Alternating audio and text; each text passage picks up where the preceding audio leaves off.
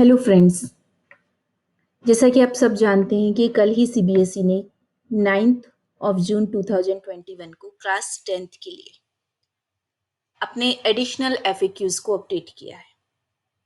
CBSE ने इससे पहले भी एक एफएक्यूज की लिस्ट दी थी, बट उनमें भी कुछ कुछ डाउट स्कूल्स के माइंड में रह रहे थे। एंड इसमें जो सबसे बड़ा डाउट था that was about the mathematics standard and basic concept. तो इस एडिशनल एफएक्यूज में सीबीएसई ने कोशिश की है कि वो स्कूल लेवल के हर डाउट को सॉर्ट आउट करे ताकि जल्दी ही स्कूल अपने रिजल्ट के प्रोसेस को फाइनलाइज कर ले। So here in this video I am only making an humble effort to illustrate all these FAQs. So the first FAQ, first question is there. This is about mathematics standard and basic. Say reference year is 2018-19 when there was no bifurcation of standard and basic maths. During moderation, how can we give benefit to the students who have opted for basic maths? Actually, बहुत सारे schools में क्या हुआ है, maths के result का criteria ही गड़बड़ हो गया बेसिक और स्टैंडर्ड का जो बाइफर्केशन हुआ उसके बाद। Even in my school also maths की वजह से, बेसिक के कैलकुलेशन की वजह से स्टूडेंट्स का जो स्कोर था वो बहुत ज़्यादा गिर गया, उनका एवरेज बहुत ज़्यादा रिड्यूस हो गया। Even some students have suffered at the cost of 5 or 6% over. Obviously last year भी ऐसा हुआ था कि मैथ्स में क्या हो रहा था कि जैसे कि अगर मैं मेरे स्कूल की बात करूँ तो बेसिक मैथ्स का जो पीआई था या फिर एवरेज कह सकते हैं वो बहुत लो था बजाय कि स्टैंडर्ड के। और अब अगर उन दोनों को मैच किया जाता है जो बेस ईयर था उसके एवरेज से बहुत बिलो आ गए। तो ऐसे में सीबीएसई ने अपना जो एक्सप्लेनेशन दिया है, जो आंसर दिया है वो ये है, as basic mathematics data is only available for 1920 as the subject was introduced for the first time in 2020. Therefore 2019-20 will be taken as base year for basic mathematics. ये पहले से ही क्लियर किया गया था कि चाहे आपका रेफरेंस ईयर 17-18 हो चाहे 18-19 हो, लेकिन आपको मैथमेटिक्स बेसिक के लिए जो है वो बेस ईयर 20 को ही मानना पड़ेगा, यानी 1920 को ही मानना पड़ेगा। फर्स्ट टाइम बेसिक तभी थी। तो प्रॉब्लम यही अराइज हुई थी, अगर हमने उसको का बेसिक का एवरेज लिया और जो 18-19 का स्टैंडर्ड का एवरेज लिया तो ओवरऑल एवरेज रेशियो गड़बड़ हो गया। तो यहाँ सीबीएसई ने एक स्पेशल प्रोविजन दिया है कि आपको बेसिक मैथमेटिक्स तो 1920 पे ही जाना पड़ेगा। The school where the reference year is other than 1920 the following 2 options are available. उन सभी स्कूल्स के पास ये 2 ऑप्शंस है। ये 2 ऑप्शंस क्या है? Based on the average marks of mathematics basic in 2019-20, marks of mathematics basics for 2021 will be calculated. ये simple system है कि आपकी मैथमेटिक्स बेसिक की एवरेज वही होनी चाहिए जो उस साल थी, यानी 1920 में थी। The marks of mathematics standard shall be awarded in such a manner that overall average of both mathematics standard and mathematics basics for 2021 is up to the average of mathematics in the reference year. यहाँ CBSE ने क्या कहा है, थोड़ा सा इसको ध्यान में देखेंगे कि आपकी बेसिक की एवरेज तो बिल्कुल वही होनी चाहिए जो 1920 में थी। यहाँ सीबीएसई ने कहा कि जो आपके मैथमेटिक्स स्टैंडर्ड के मार्क्स है वो इस तरह से अवॉर्ड होने चाहिए कि अब जो मैथमेटिक्स स्टैंडर्ड है इसके जो मार्क्स हैं और मैथमेटिक्स बेसिक जो है उसके मार्क्स की एवरेज सेम हो जाए। तो यहाँ क्या कहा गया है कि आपको बेसिक के मार्क्स में चेंज नहीं करने। ये रूल ये कह रहा है, ये आंसर ये कह रहा है, फर्स्ट ऑप्शन ये कह रहा है कि आप मैथमेटिक्स में कहाँ चेंज कर सकते हो, स्टैंडर्ड के मार्क्स में चेंज कर सकते हो ताकि आपकी ओवरऑल एवरेज बढ़कर रेफरेंस ईयर जितनी हो जाए। सेकंड क्या ऑप्शन दिया गया? The overall average marks of students of mathematics basics and mathematics standard in 2021 taken together will be up to the average marks of mathematics in the reference year. यहाँ आप किसी को भी चेंज कर सकते हो। सेकंड ऑप्शन ये कहा गया है कि आपकी ओवरऑल एवरेज, आपकी मैथमेटिक्स बेसिक और मैथमेटिक्स स्टैंडर्ड को मिलाकर जो ओवरऑल एवरेज बन रही है वो आपके रेफरेंस ईयर की मैथमेटिक्स की एवरेज के सेम होनी चाहिए। सेकंड क्या कहा गया है? My school reference year is 2017-2018. This year mathematics basic was not introduced or not offered by CBSE for mathematics basics, CBSE has directed to use 1920 as reference year. How to award the marks in 2021? Same question पिछला ही आ गया. It is further clarified if the reference year is other than 20, that is 18 or 19, whatever, then the overall average of mathematics standard and mathematics basic combined together for 2021 should be up to the average of mathematics of reference year. आपकी दोनों की overall average मिलाकर जो है वो reference year के equal होनी चाहिए. ये पिछली बात है और उसका second option है. ये उन फर्स्ट टाइमर स्कूल्स के लिए है जो फर्स्ट टाइम जो है सीबीएसई में 10th क्लास को इंट्रोड्यूस करने जा रहे हैं, जिनके लिए सीबीएसई ने क्या किया था, डिस्ट्रिक्ट, स्टेट और नेशनल लेवल का डेटा उन्हें प्रोवाइड किया था उनके स्पेशल कुछ जो रिक्वायरमेंट्स के according.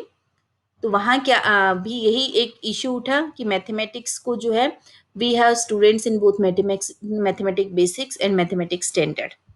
I have been provided the data of district, state and national level.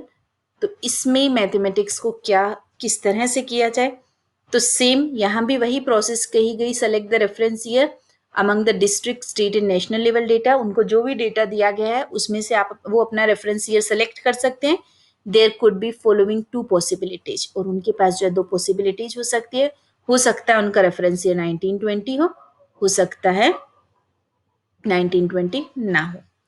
और किसी भी केस में क्या होगा, वही होगा जो बाकी जगह होगा, यानी कि जिस तरह से आप मार्क्स देते हो आपकी ओवरऑल एवरेज आपके रेफरेंस ईयर के इक्वल आनी चाहिए. अब एक क्वेश्चन आया, there is a case where in schools having reference year other than 2020 range of subject wise distribution of marks, that is percentage of candidate in different range not available for subject 241 mathematics basic in historical performance.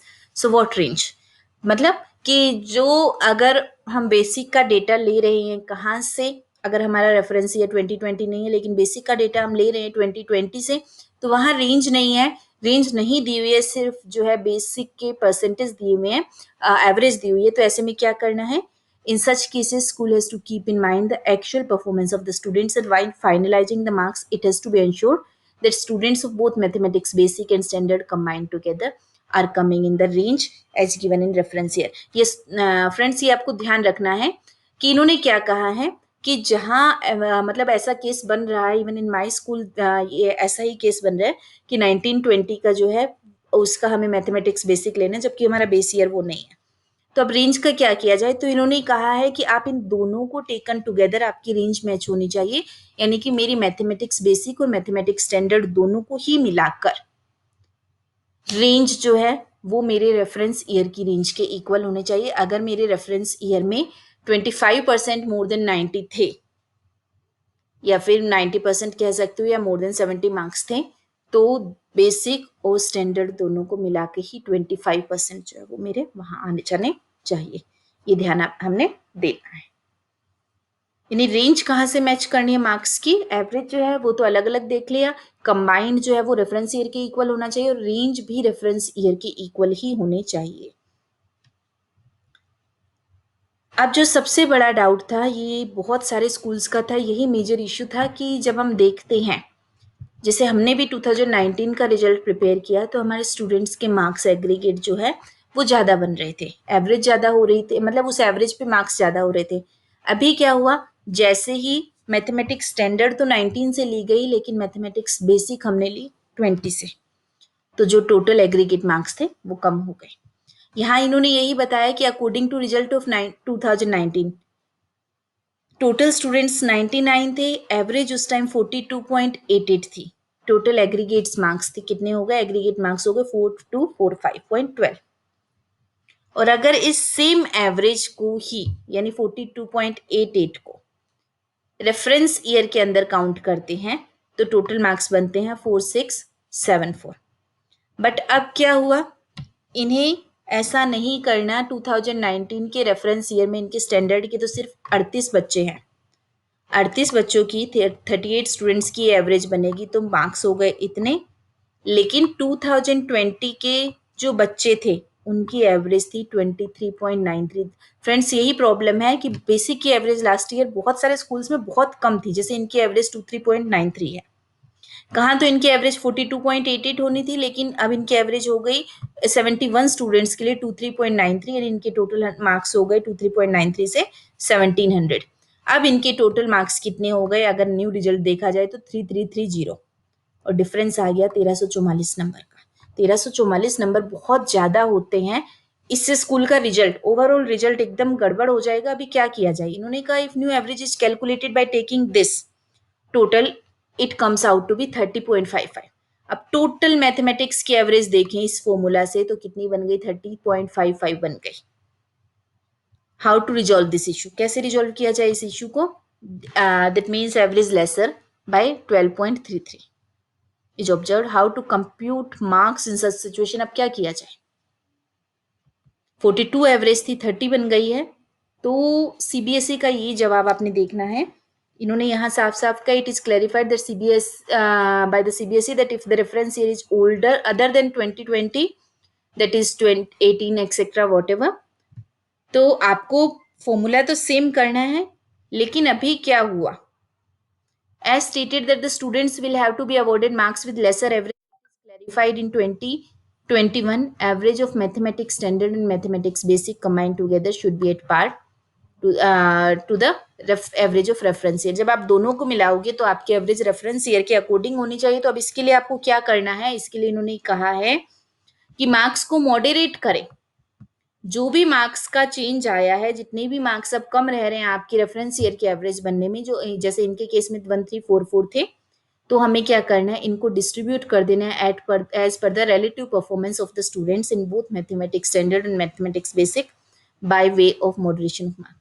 आप बच्चों की performance के according इन 144 marks को दोनों में ही, यानी reference में sorry standard में और बेसिक में बांट देंगे उन बच्चों को जिनके ओवरऑल अच्छे बन सकते थे।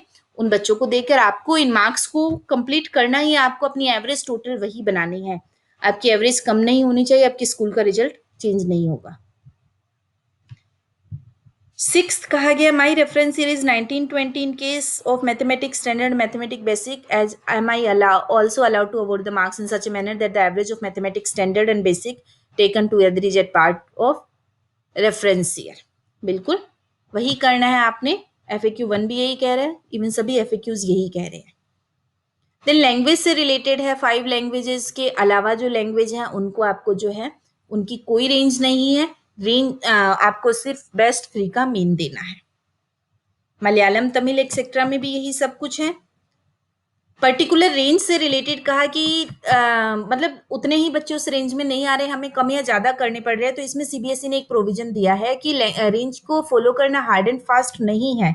मतलब लमसम होनी चाहिए बट हार्ड एंड फास्ट नहीं है इतना ज्यादा कि आप रेंज के पीछे ही जाए। कुछ कुछ रेंज इधर उधर हो सकती है बट एग्जैक्ट सिमिलर नंबर नहीं मिलते हैं, तो भी आपके एक एक दो दो बच्चे इधर उधर हो सकते हैं, लेकिन overall average of the subject जो है वो आपकी इक्वल होनी चाहिए। फिर फर्स्ट बैच वालों का है, तो फर्स्ट बैच का पहले भी कहा कि उनको एक जो है लिस्ट दी गई है, आपको उसके अकॉर्डिंग लेना है। और उनके लिए सीबीएसई ने कहा है soon the policy is prepared such schools will be instructed to act as per policy, till then they should wait. तो ये थे सीबीएसई के न्यूली लॉन्च्ड जो भी एफएक्यूज थे, और इनमें सबसे बड़ा ही डाउट जो था वो क्लास 10th के बेसिक एंड स्टैंडर्ड मैथमेटिक्स को लेके था। तो हमें ध्यान रखना है कि जब आप बेसिक और स्टैंडर्ड में देते हैं तो आपको पहले तो आपको बेसिक की 2020 की फॉलो करनी है, उसके अलावा ओवरऑल एवरेज दोनों की सेम होनी चाहिए। जो भी मार्क्स का डिफरेंस है वो आप अपने बच्चों को, जैसे कि मैंने अपने पिछले वीडियोज में भी बताया, परफॉर्मेंस के अकॉर्डिंग बांट दीजिए। वो बच्चे जो अच्छा कर रहे हैं उनको वास्तव में अच्छा रिजल्ट मिलना चाहिए और आप उन्हें बांट दीजिए। ओवरऑल हमें सिर्फ यही ध्यान रखना है कि किसी भी बच्चे को अनड्यू एडवांटेज ना मिले और साथ ही साथ किसी का भी अनड्यू लॉस ना हो। So I hope friends I am clear with these FAQs of CBSE. Thank you.